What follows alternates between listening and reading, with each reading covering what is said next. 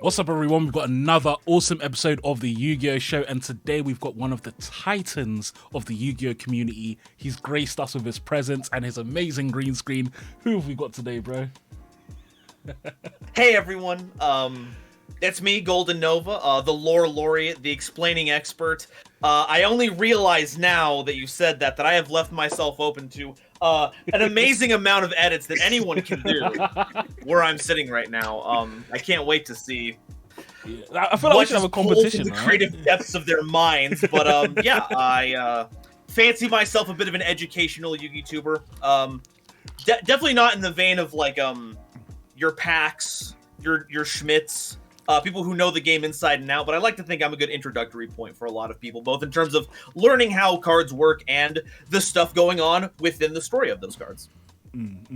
Yeah, definitely. One of the things, at least for me, that really has always attracted me to Yu-Gi-Oh! Is that lore part of it. Like, you don't really get that in a lot of other games where it's like, so if I use an example, another reason why I like League of Legends, another game, is the same reason they have a really rich backstory, and it's the same in Yu-Gi-Oh! And so, for example, it's like that's one. Your channel is this. I don't know if this is creepy or not, but your channel is one of those that I listen to often when I'm trying to go to sleep or something like that.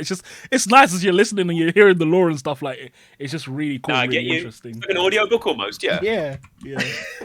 As someone who very frequently does the same thing with like, oh man, this guy's got a 7-hour video, beautiful sleeping playlist. Here you go. No, Yeah, so I honestly, I'm honored. Yeah, definitely, I love it. So, and I'll also say as well, one of the things, at least for me, that really attracted me to your channel in the beginning was, I don't know if you guys noticed, but a lot of the Yu-Gi-Oh! Community, I say, is a little bit behind the rest of YouTube in terms of things like thumbnails, things like organization, because I would say it's a more new space. If you look at this guy's channel, I mean, I don't think you even know, so this is a confession. This is where I get my inspiration for my thumbnails. His thumbnails are on point, guys. They're on point. They got some next level organization. They're straight. Even the way he's got a border around so you can see the text regardless of what the background color. There was levels. So like, yeah, I've done a bit of a PhD in your thumbnails, bro, and that's where I get my inspiration from. Sick, man. So yeah, levels, definitely levels. It's so cool to see full fans disclosure on. Oh, sorry. Say again. No, I was just gonna say it's so cool to see fans like kind of like fanning out over this. Yeah, This is dope. 100%. Oh, and I'm floored too. Full disclosure, the original like the tripartite kind of thumbnail stuff, that was developed by one of my partners, Delilah.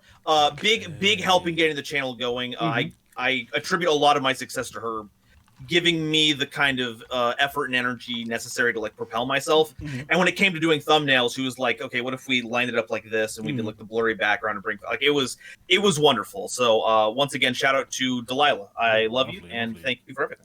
Oh, awesome. So I guess why don't you give us a little bit of an introduction into kind of how you got started on the channel, what the inspiration behind it, and how your early journey was?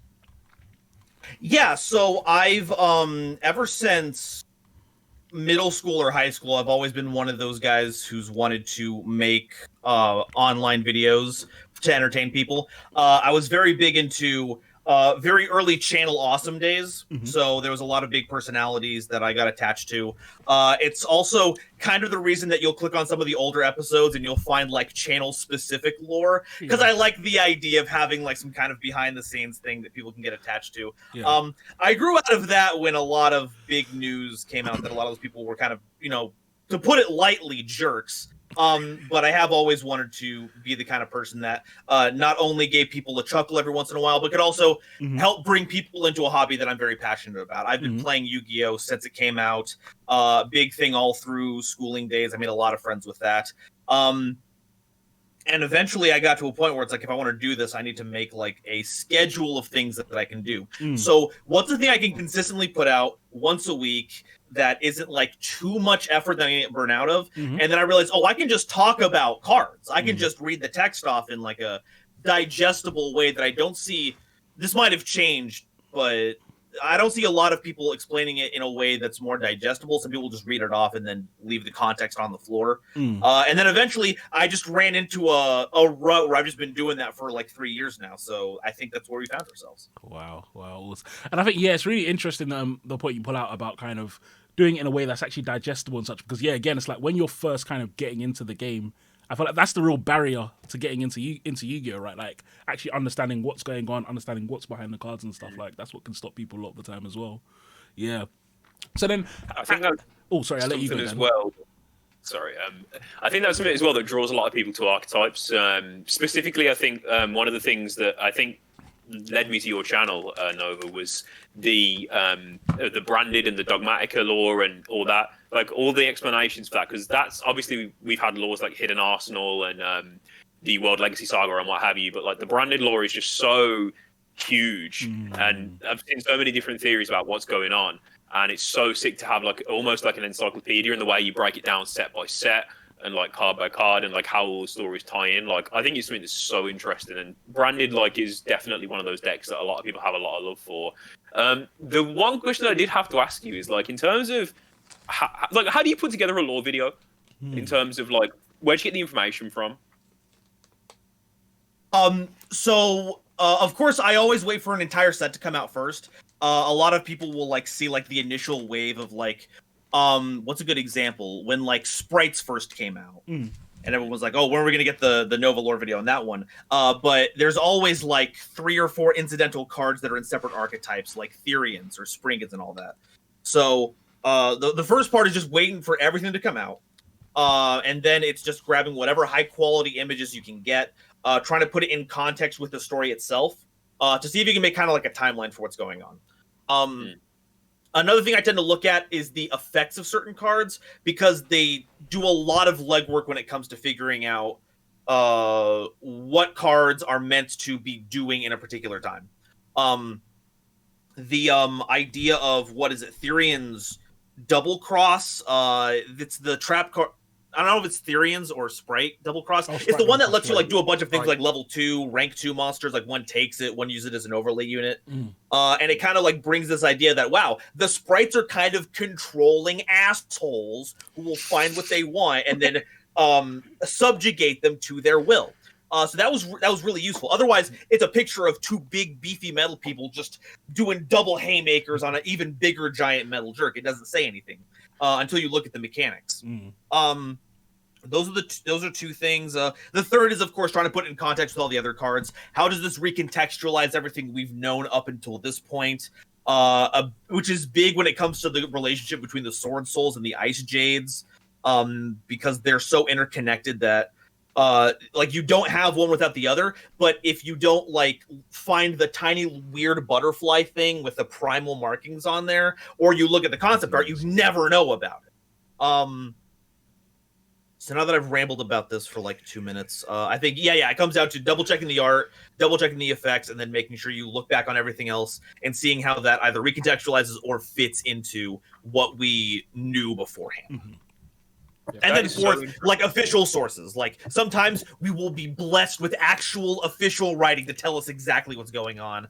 We're actually getting, what is it, next month we're getting Valuable Book 3, which should give us everything in the Alabaster line so far. So fingers crossed. The next lore video is coming out like soon, so it's gonna be really fun to have that come out, and then a month later be all like, let's see how much Nova got wrong. So that's gonna be fun. That is dope, man. I imagine stuff like concept art, because I know Konami does release ones of sometimes specific monsters before a set. I imagine stuff like that's very important as well.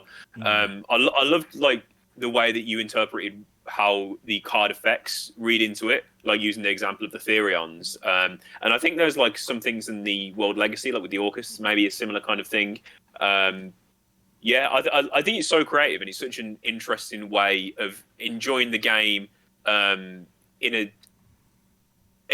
in the sense of playing the game, if you get what I mean. Like really taking into nuance. This isn't just a card game. There's so much that actually goes into the mentality. I did want to ask as well, is there like a specific like favorite lore and like a least favorite lore that you have? Because obviously you must have covered so many of them. Like there's got to be like 1 or 2 that stick out. Oh, well, yeah, Albats is definitely my favorite right now.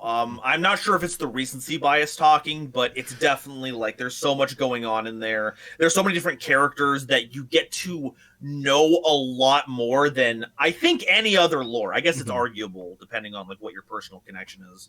But there's so much more characterization going on in these past like 3 years of the story than anything in like the dual terminal lore. Almost everyone in there is like a cipher for an event in the story rather than just being like a fully fledged character. Least favorite lore, gosh, not to find one that I don't like and a community that I'm okay whose toes I'm okay stepping on. Because Vsauce is cool. I don't like it as much as Albaz. That's cool. World Legacy is really cool. Like that's like my second favorite. Yeah. Dual Terminal is like it's long and I think it's okay. If I choose a least favorite, it would be Dual Terminal actually.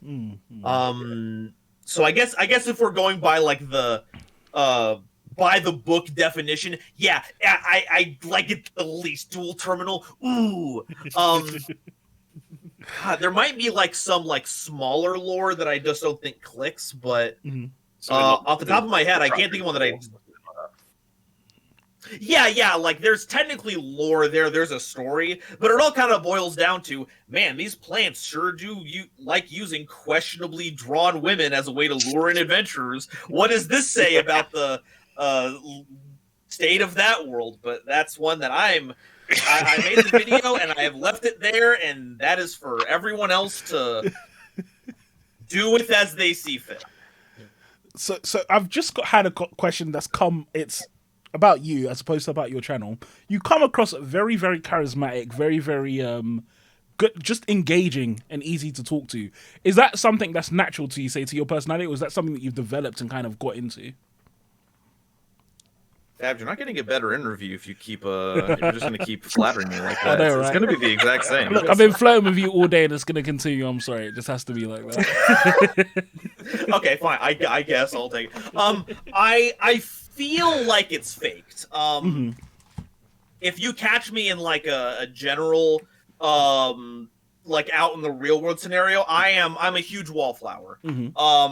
I've been away for a while. I think I have to be put on a place where I'm looked at, and then a lot of inhibitions stop like act. I think it's like I've been given permission to have attention, and then I get to be who I am. Otherwise, I'm just kind of, oh man, I hope I don't get in anyone's way out here. I just want to play some woods. Yeah, I totally get that. I feel like you wouldn't immediately guess that, because even by your videos, like, you're quite captivating. Again, it's like in the videos, it's like you get into the story, and then it's like you've got different inflections and stuff in your voice as you're doing that. So yeah, it wouldn't be immediately obvious to someone else that you're probably a more kind of reserved person in person. Yeah, definitely. And I think that's more common in the Yu-Gi-Oh community. I feel like most of us would know, like, most of the people at locals and stuff are quite quiet and stuff, right? That they're not usually the people that like you would expect would be like the dominant person in the room. Yeah, definitely. Yeah. Yeah. I think you see that in general with a lot of people, right? Like, of course, people are multifaceted. You're not always going to see the truest version of them. In certain circumstances, you see different parts. So, yeah, I just think that's a natural extension of who we are. Awesome. So, I guess we're going to go into the next question, which is kind of linked to Dan's question, but I would say, what is your favorite deck? What is your favorite deck in terms of... Oh, God. Okay. I get this one like every once in a while, and it's always the most difficult thing, right? Because for having played for so long, I've got attached to so many different decks, like, and there's so many different reasons in life to do it. Like, do I say Burning Abyss because it was like the first competitive deck I had like real success with? Do I say Gladiator Beast because that's like the first real powerful deck I got to put together and have fun with? Do I say Madolche because like it's what there was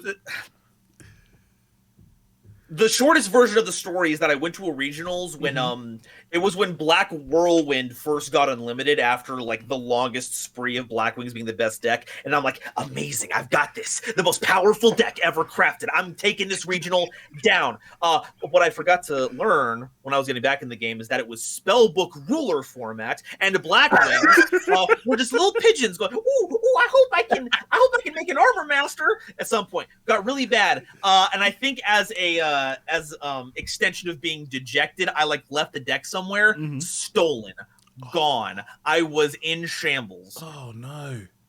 And my friends saw that, and they did what they could to take stuff like personal collection, go to traders, and within like the next couple of hours gave me a Madolche deck. Wow. And that's like, Madolches are now to me like the spirit of Yu-Gi-Oh, right? Like a group of friends came together to help heal a lot of emotional wounds at the time. So do I say a lot of the times it's Madolches because of that. Do I say Despots because it's on a lot of my branding and they're tiny scrunkly little guys made of mechanical pencils? That's probably as equally as important as the Madolche part. So at any given time, like roll a dice, it's one of those like 5. So those are my favorites. That's such a nice story about the Madolches. Like I really like that. Yeah. Like, and it's really like actually like kind of heartwarming, like to hear like someone talk about stuff like that, and like just just kind of reaffirm how much this game can mean to people. Like it's this we're only like however long we are in, and I'm already having a hoot and a holler. This is you and me both. Yeah, definitely. So you know what? Actually, let's move on then, Dan. I'm gonna let you tee up the next topic about the MBT video. Why don't you set that off for us, bro? So there was a video doing the rounds. It actually broke through to regular YouTube of a channel who I'm not overly familiar with. I've seen a few people react to his content called The Ackman. He did a video that was essentially Yu-Gi-Oh is different now, and I don't like it.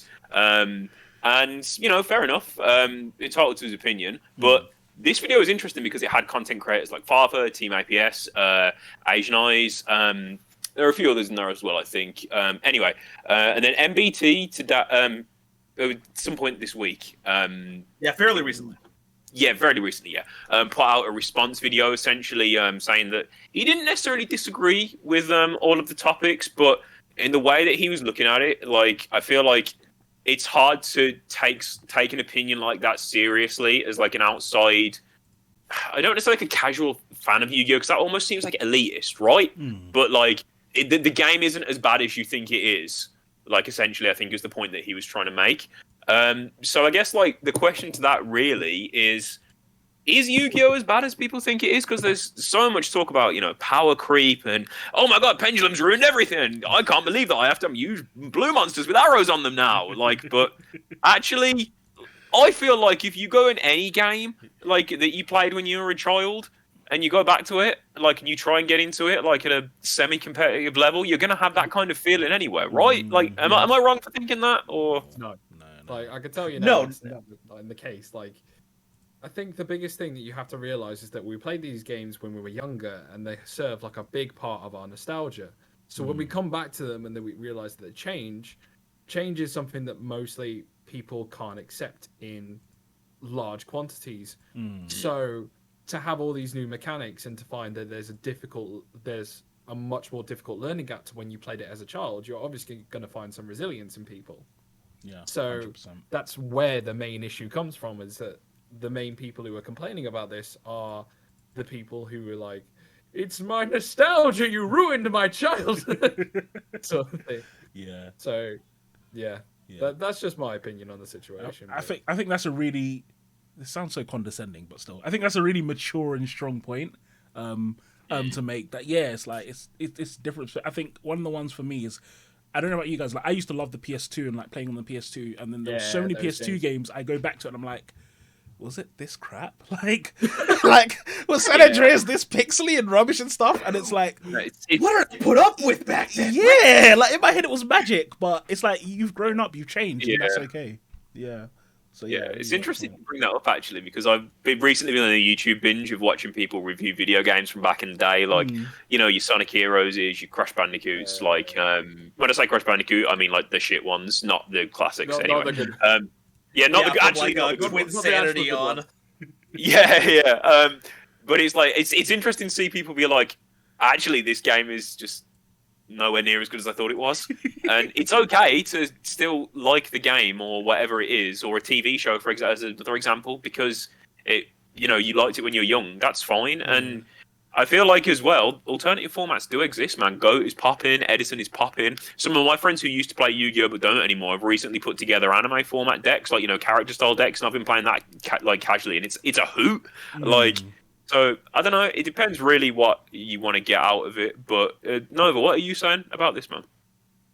Yeah, I think the reason Yu-Gi-Oh gets a bad rap for this, on top of all the wonderful points you've already put forward, is that Yu-Gi-Oh is in a unique position where the actual thing that people remember about the show was the anime a lot. Of the three big card games right now, Pokemon, Magic, and Yu-Gi-Oh, Pokemon's anime is more tied with like the games. But even if you look at the card game for Pokemon, everything seems about the same. I've taken a look. It's getting way more complicated since the old days.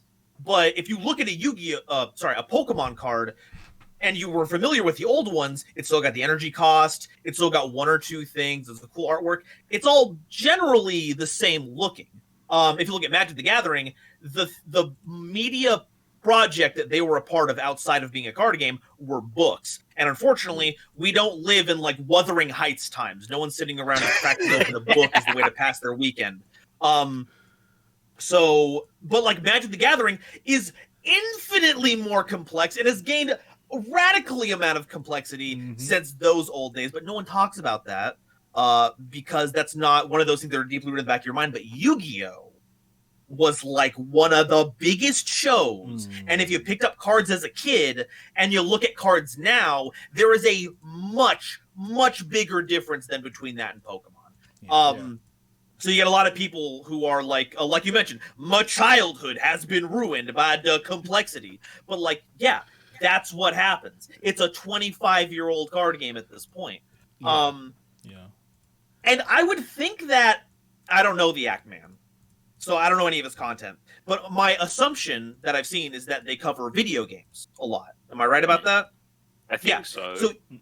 So you would think as someone who plays a lot of video games, you would understand the concept of power creep a bit more intuitively. So, I don't think I have anything deeper to say about it. It's like Yu-Gi-Oh! Gets a lot more scrutiny because of where it is in the zeitgeist, but like it's the same as everything else in that regard, and complaining about it as a whole video like that, I guess drives clicks. It gets a lot of people's attention, but like as a actual argument or a stance, I find it pretty flimsy. Yeah, definitely, I agree. And I think as well, another thing as well is that people need to also understand it's okay to not like something as well. Like, it's not compulsory that everything you have to like. Like, one of the things that, another example is that people, so I don't know who made content about, but basically I saw something saying how on Facebook about how a lot of decks are, for example, now geared more to waifus, for example. So it's like a lot of the archetypes, new decks are waifus and stuff. And it's like, you might not like that, but clearly people do like it. That's why they're doing it. Konami are profit motivated. That's what people like. And if you don't like it, it's fine. Just, you don't feel compelled to participate. It's not everything that you have to like and you have to do. So, definitely. I think it's really just having that mentality. Yeah, like if someone is like, oh man, I don't like Yu-Gi-Oh! It's full of waifus. Okay, how about you tell me what you like, and I'll tell you what deck you want to play. Because we've got it. You like giant machines? Boom. I've got Machina. I've got Super Quants. Have fun with those. Yeah. 100%. Do you like spy thrillers? Literally Spiral. They made a deck that literally does spy stuff. I will find the deck for you. Focus on what you like, and then we'll figure it out. Yeah. And also, I was going to say this and I completely dropped it. I think something that MBT didn't bring up in the response video, but he has said previously, Yu-Gi-Oh! Has a huge onboarding problem. Yeah. There are not a lot of good resources to get people into modern Yu-Gi-Oh! As it exists right now. Like, you can print a structure deck or a starter deck with a rule book, but that sucks. It's terrible. Like I said, no one's sitting around opening up, I guess everyone's talking about 1984 all the time, so I assume they're reading it, but they're not cracking open the works of Ray Bradbury on the weekend to figure out what's going on. They don't want that. They want good, like, visuals. They want good story. I'd go so far as to say storytelling, because you don't play a card game just as a series of like values. You don't say, I have card XY. No, that's terrible. They have that. I don't play card DEF with stat values, 1 power. No, yeah, one I get what you mean. Yeah. But yeah. So they want something to like invigorate them. And the funny thing is that we have built a community of people who make it their job to make Yeah. Yu-Gi-Oh! Exciting. Yeah. And very, very not very often do I see Konami harnessing that, right? Like am I out of touch on that one? I don't see anytime they reach out to someone, it's always about like open our product, show it off to people. But it's not, hey, Timo, Yeah. you had this Project Pharaoh thing a decade ago as an intro. How about we give you a budget, we give you some materials, you make it exciting for people to come into this game and bring some people in. Like, is that Look, I don't think that's wild, right? I think yeah. you have a whole community of talented people ready to help you bring people in. Yeah. Just aren't able to do it yet. This is gonna be my weekly plea to Konami. Look, you guys need a community manager. I will do it for you. I will do an A1 job. We need a community manager. And look, Konami, I'm your guy. I'm your guy. Because yeah, I say it all the time. They don't abuse creators as nearly as much as they should. If you look at, for example, Infinity Ward and how they do it with Call of Duty. If you look at, I can't even think of. It's like every game just does it. Every other company does it so much better. And yeah, they Like any- need to use it. Any like competitive esports game or anything that's like a newish product where everyone is kind of latching on to new content, getting creators and pushing your content out there is the whole reason why so many people are on board. Yeah, 100%. It's the thing of like you have to make things that are appealing to people, otherwise it's just gonna die. Like for example, let's take another TCG that's tried to do this. Cardfight Vanguard recently rebooted their entire new line of cards, and they decided to put in a new flashy anime and tried to get some creators on board. However, because they haven't endorsed enough people onto the product, and there's only like a few card fight players who actually are, endorsing the new line, it's just fallen apart because they have no way of actually pushing it out to the masses. And I think with the amount of people that Konami has on like creating content and like how many good people are, pushing out enough stuff that people can actually watch. It's a wasted opportunity. It really is. Honestly. It really, really is. Yeah, man. They need to up their game. But one thing I will say Konami is doing better now, because I've noticed it in the YCSs, is even like the little thing that sometimes it's Father, sometimes it's other people, like the little interviews and stuff they do, things like that. Even with the casters and the fact that they got, who was that guy from the UK who was playing Rika, and they got him to be a caster. I can't remember his name. He's part of the Disciples.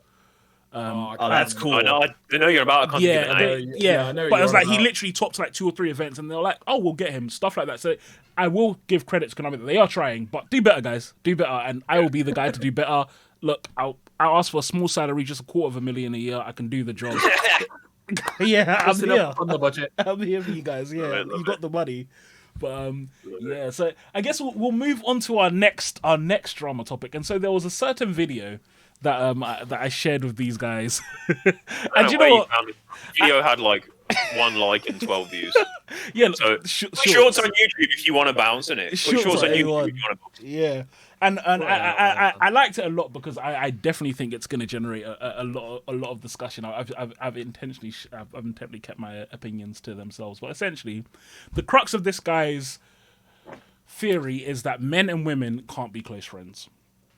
And he bases it on a couple of different reasons. I don't think the reasons really matter. So I'm just going to state out the question and then we can debate it, which is, do we think men and women can be close friends? It's not a debate. Like, they can. I don't like this worldview. I don't like this weird diametric worldview where you got one side on one end and kind of the other view. side, and it's only transactional. And like, oh yeah, maybe they can be friends in some like weird edge cases because people are people, but like, it's not an edge case. That's not People all. just connect with each other because of different lived experiences. And if there's like some kind of like, obviously, if you have a certain makeup, if you are raised as a woman or if you're raised as a man, you're gonna have different lived experiences that cause maybe a difference in opinion on things. But that doesn't mean you're like it's ingrained difference between you and me That's not like built into ourselves. We just live different lives. If you live on that that mindset, there's so many other divisions you have to start making that are wrong and don't make sense, and I hate them. So I'm going to posit a theory. So what I'm going to say is, I agree up to a certain point. I think, and I don't think it's unreasonable to say that one of the points that he made, which I actually do agree, is that men and women often have different objectives in relationships.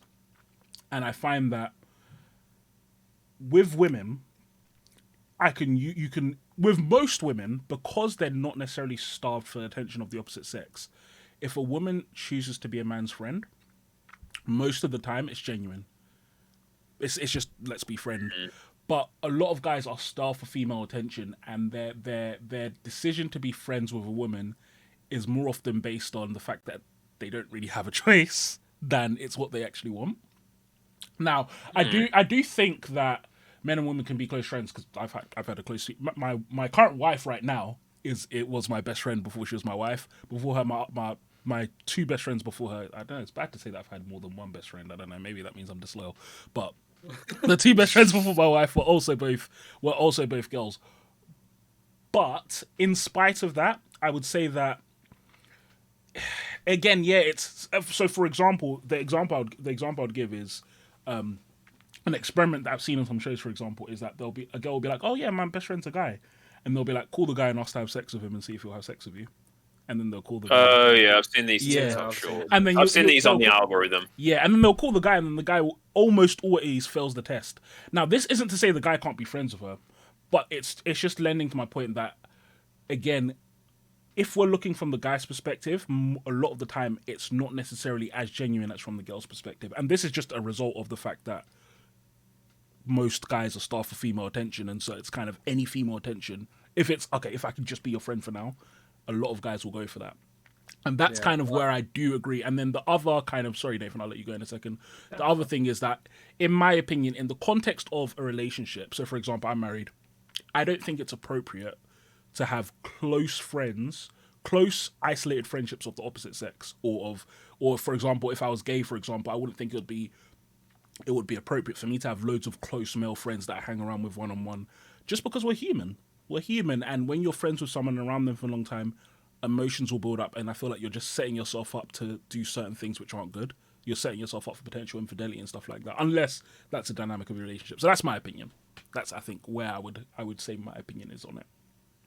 No, you go on, and then obviously I'm sure I've got an opinion or two about this. So, no, you go off, King. Okay, cool. So it's mainly just to agree with Fabs. Like, I think men and women can be friends. Let's not, beat around the bush here.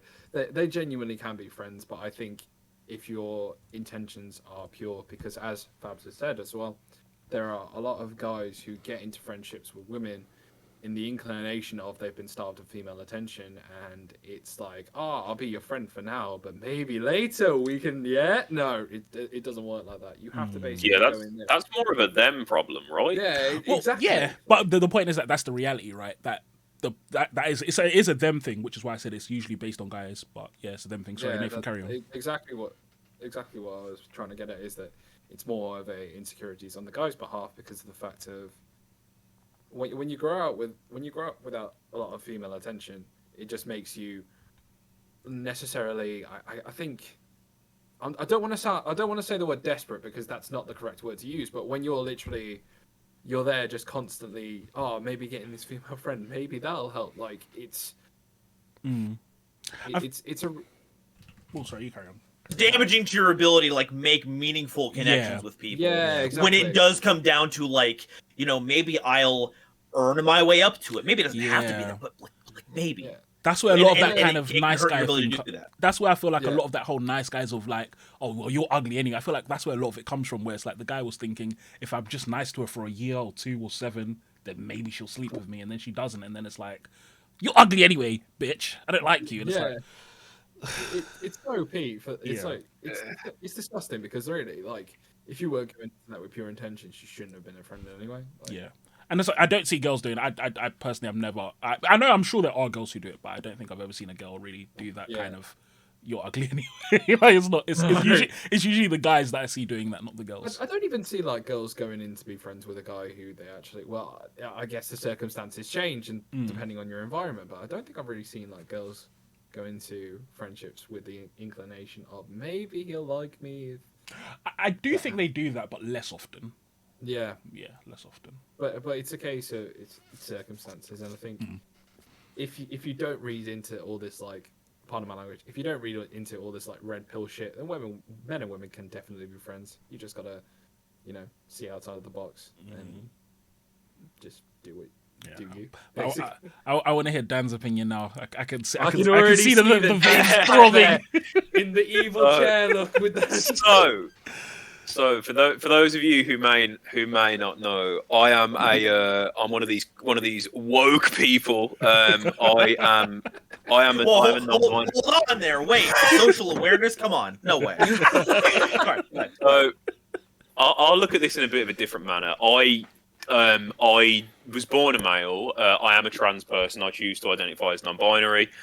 So I think that the way I look at it from a man's perspective in that, drawing on from my experiences when I feel like, that was how I identified is a little bit different.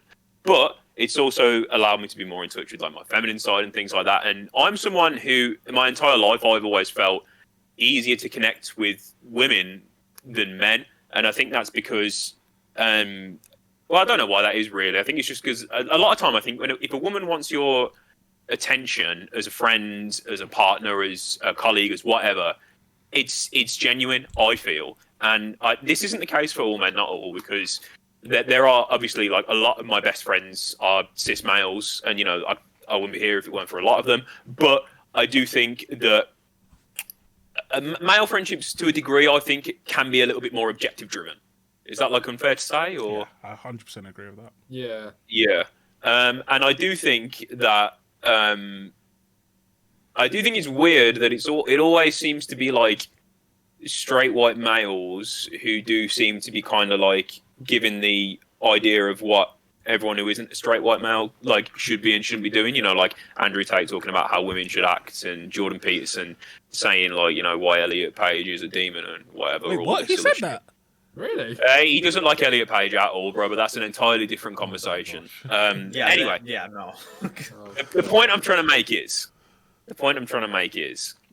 it's women and men can be friends. If you're going into any friendship with the idea of it being objective based, I think there's a little bit like, I don't think for me, like it can develop into a true friendship, but if you're going into any friendship or relationship with the expectation I want something, and then when I get that I'm going to cut, I think that's not a friendship. It's not a negative thing, because I'm sure that we've all done it to a certain degree, and it would be naive to say that we haven't. But yeah, I don't know, man. Like, it just seems like a lot of men just hate women in it. Like, what's all that about? Like, women are chill, man. Like, I'm married as well. One of my best, like, funnily enough, my wife's best friend is someone who I'm close with and was close with before I met my wife. And that friendship's obviously, still there. I agree with what you're saying to a level, Fabs, in terms of like, you think it would be this.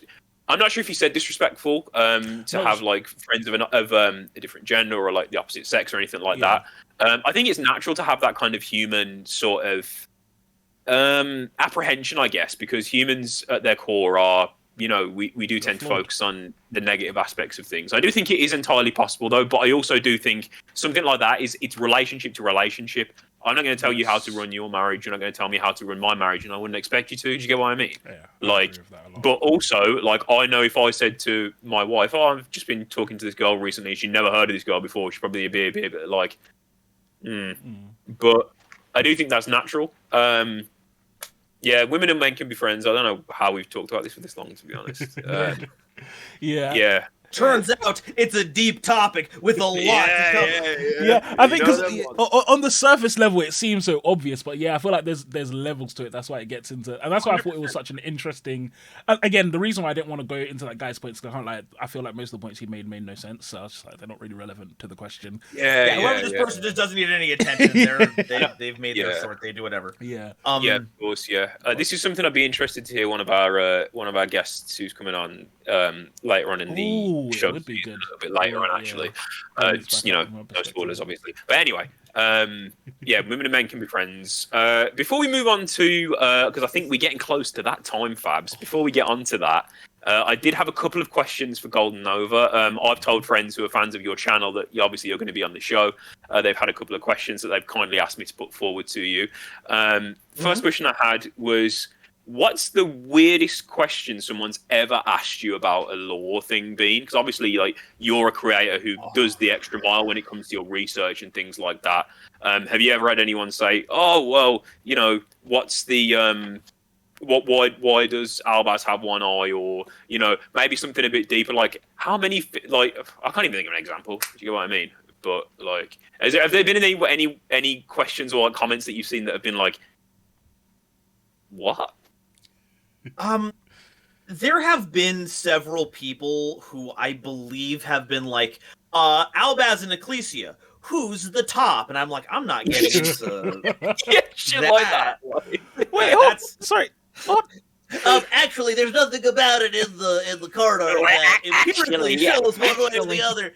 Yeah, so like that, those are like weird questions, and I get the Yu-Gi-Oh community has a little, you know, like, ooh, we'll have a little, we'll joke about a little sexual things as a treat sometimes, but those are some weird questions. I'm not going to cover it, especially because as we kind of touched on in the trap tricks section of this podcast, some of the characters are not drawn in a way that I'm comfortable talking about that.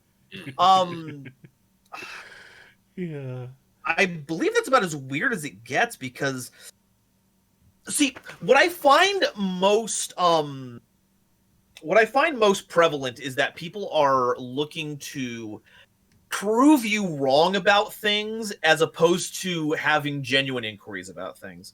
And this, I realize saying it out loud, this sounds like I'm complaining a whole lot about that. But like, there's not a lot of people in comments being like, "Oh, that's interesting. What about this thing that I noticed though? What's the difference?" It's more like, "Well, Mr. Nova, it appears I've caught you in another one of your common slip-ups. Perhaps a common Nova L, you might say." That kind of stuff. So that generally tends to be it. The weird sexual questions. But as opposed to like other questions, people don't like ask a lot of them when it comes to that. Sure. The other question I had from a friend of mine was if there was any advice you want to give to a Yu-Gi-Oh content creator who was looking to go into the community in a little bit more of a different way that you have, obviously focusing on the lore side of things, not just focusing on the competitive game, things like that. Are there any sort of tips that you'd have for a creator who's, you know, potentially looking to be the next Golden Nova? I would focus on if it's my kind of style of video, script writing. Sure. If you remember all of those essays that you did in school, dig those memories up and apply those, because I am not joking. The ability to make an outline, have a beginning, middle, and end, and figure out how each part links to each other, and then getting to dress that up in fun ways has been immeasurably helpful. So practice writing, get all that down. Because as it turns out, with some audio editing, you don't even have to worry about your takes coming through cleanly every time. You can just do retakes. You can just edit the audio. That's fine. But if you learn how to like script stuff out, especially for educational content, if you can script that stuff out, you're already like 50% of the way there.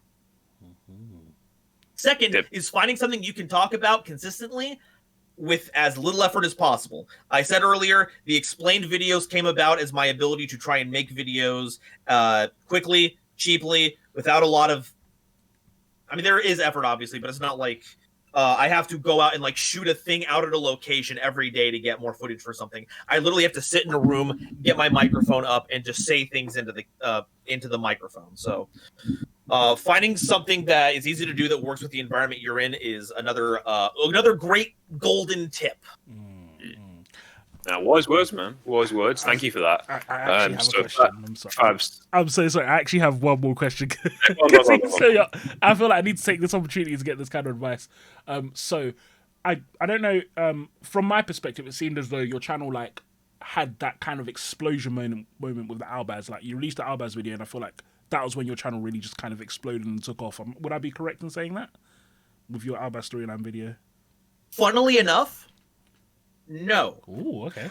Would you believe if I told you that the lore videos I put on my channel are some of the worst performing ones out there? Seriously? Oh my gosh. So what are your best performing videos then? They're the explained videos. Okay. People like sitting around for all the comments I get about my terrible puns all the time.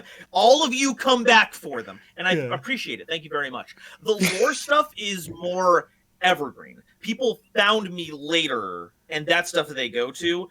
Okay. So eventually, at some point, there's not like a flashpoint where it's all like that's the lore guy, because the Yu-Gi-Oh community does not have a good network of people who do lore to, like, if I only did lore videos for a living right now, I would have to go back to my day job. There's just not enough people who care enough to go like make it an event, like, oh, there's new lore stuff coming out, we got to go look at it. People are usually just content to see the new cards, make a conclusion based on information they've come to themselves, and continue on their day. And that's not bad or wrong or anything. I'm not trying to decry people for that. But we're not like the Magic the Gathering community where there's literally like, if they take down the stories on their website, it's a riot. So, yeah. Okay. Well, okay. So it's what I'm known as. But as far as like what's like has been successful for me, lore actually kind of middle of the road.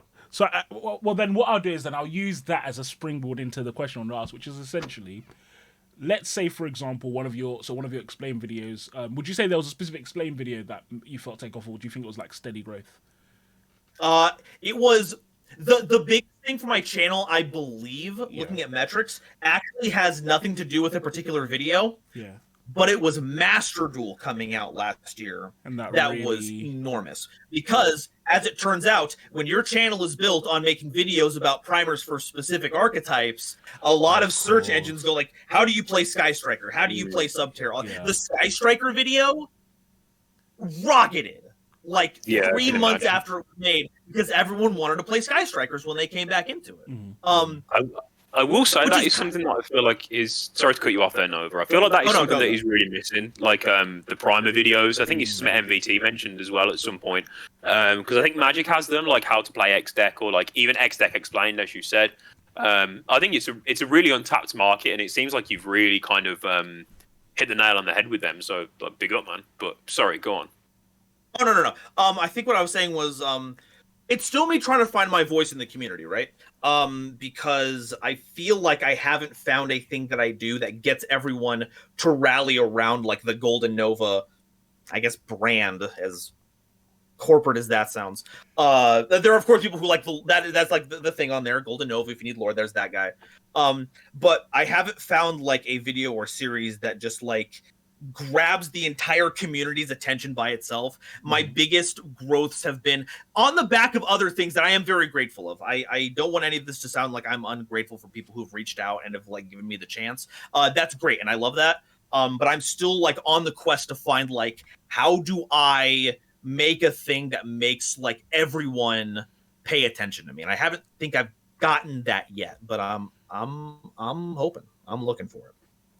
Hey, definitely awesome. So I feel like we're definitely gonna see some exciting stuff from you moving forward. Then, I feel like we're gonna stay ready with that. I'm putting all the pressure, aren't I? Well, okay, we're gonna move into the Am I the Arsehole section. You know what? I've got like six different ones that I can use. So we'll see. We might actually do two, but we'll see. But the first one that we're going to do is, and I thought this was actually quite funny. So I think it's worth going. Well, maybe funny is the wrong word, but am I the arsehole for yelling at my wife because she badly injured herself trying to get our cat out of a tree? So, Our cat. Uh, yeah. Our, yeah, What? yeah. Offer comfort and help her so that Wait, she doesn't get hurt. Let me Come on, Let me read the story. So our cat got Okay, out. okay. There's more. Yeah. Our cat got out and we discovered him sitting on a tree. It was high but close enough to the roof that I figured out he must have jumped from the roof and he could jump back. He was meowing loudly, I don't know why, but my wife thought it was a cry for help and decided to climb up to get him down. I told her he was fine and would like to come back down on his own, and if he didn't, we could think of something else like getting a mattress to break his fall, but she didn't listen to me and tried to climb it. I told her to wait to borrow a ladder from the neighbour, but she said if we waited too long, he'd jump and hurt himself. I said he's just being dramatic and let's think of something else because the tree was high for a human. She tried to climb up from the ground, but it didn't work, so she went inside, climbed on the roof from the window, and then climbed from the roof to the tree. The whole time I was yelling at her that it was a stupid idea and that she wouldn't catch her footing and that the branch she's on wouldn't be able to support her weight, but she didn't listen to me and fell down when she tried to steady herself on the branch. She had a major cervical fracture. My gosh, words. She had a major cervical fracture, head injury, other broken bones, and came this close to breaking her neck. She had to get 2 surgeries, and it was anxiety-inducing. 2 weeks later, she's still in the hospital. She started joking about the fall and joked that it was probably because of our cat's bad luck. At that point, the anger came over me, and I told her that because of her recklessness, it was her own fault. She got defensive, they started shouting at each other, blah, blah, blah. And then also, after she fell and hurt herself, the cat just got down by himself. So, am I... Am I That's kind of funny. Am I the asshole here? So what do we think? Is he the Quite the asshole? Burton-esque twist at the end there. I know, right? So Oh, yeah, the cat got down. Oh well. yeah. Is he the asshole here? What do we think, guys? No, go on. I mean, she made a poor decision on how to get the cat out of the tree. I'm not going to argue about that. But like, I think the last thing she needs, when her body has been broken, lying in a hospital bed, anxious about how they're going to pay for it, is to have someone yell at them about it. I think you're kind of an asshole there.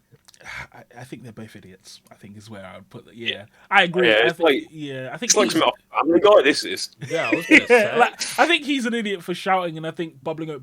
Understandably, though, he was probably worried. I think when he eventually snaps at her, it's probably because it's like, are you serious? You're going to kill yourself. And it's, I've never had a pet, so it's hard for me to empathize with people with pets. Because I personally don't get it, but I also understand that there's not everything they have to get. So someone who has a pet, I can maybe see that. Maybe for you, it's that serious that you don't want your cat to die as it falls out of a tree. But in my head, it's like, it's hard for me to understand that perspective.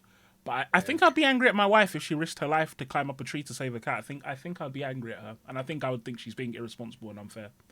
I genuinely think I'd think that. Well, Yeah. I think you can think that. That's totally fair because if you hurt yourself really badly trying to save the cat, who's gonna take care of the cat? Yeah. God.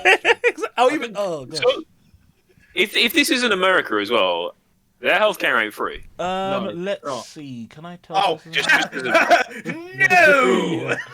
Just a caveat, like, because So if probably why it was so stress-inducing is that you had to pay so much money for an injury Yeah. that could have been avoided. yeah, I can Yeah. kind of understand it a bit more from his perspective, but like, Yeah, okay, so I think the husband. Oh no, sorry. Finish up.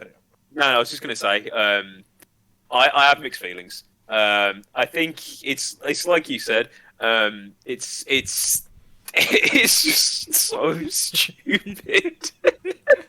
Like, full disclaimer, I have 2 pets, right? I have a cat. My cat is housebound. So if my cat was to get out, I would be concerned, right?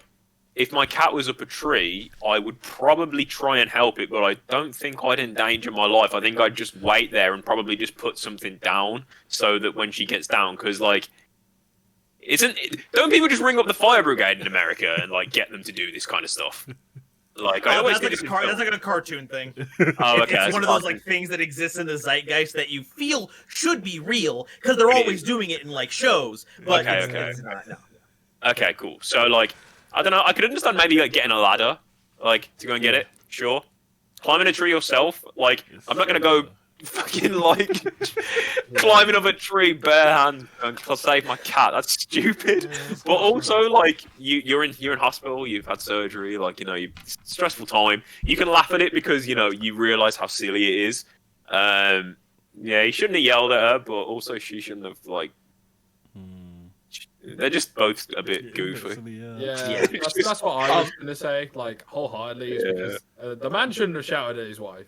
Fair enough. The woman should have been stupid and just, well, not stupid. She shouldn't have endangered her life just to save the cat, because clearly, if he got up there in the first place, he can find a way back down.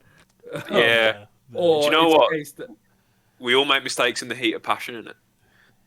Yeah, I don't think I want to break my neck, Yeah. well, like, on that point, I have known people who view their pets as like their children.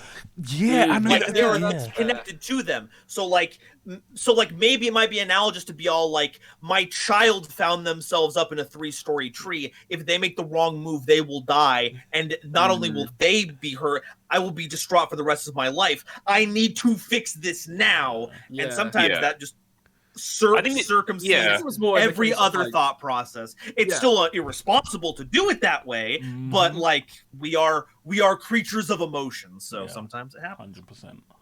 Yeah, I do understand the thought rationale, because like when you're, especially if you're a kind of person who acts on impulse and stuff like that, like if something you care about a lot is in danger, you are going to go and do that, and it's easy to look back at it and say that it's silly, but I do get the mentality. Yeah, of course. And like I said, like I have pets, like so I can understand where she's coming from, but it's just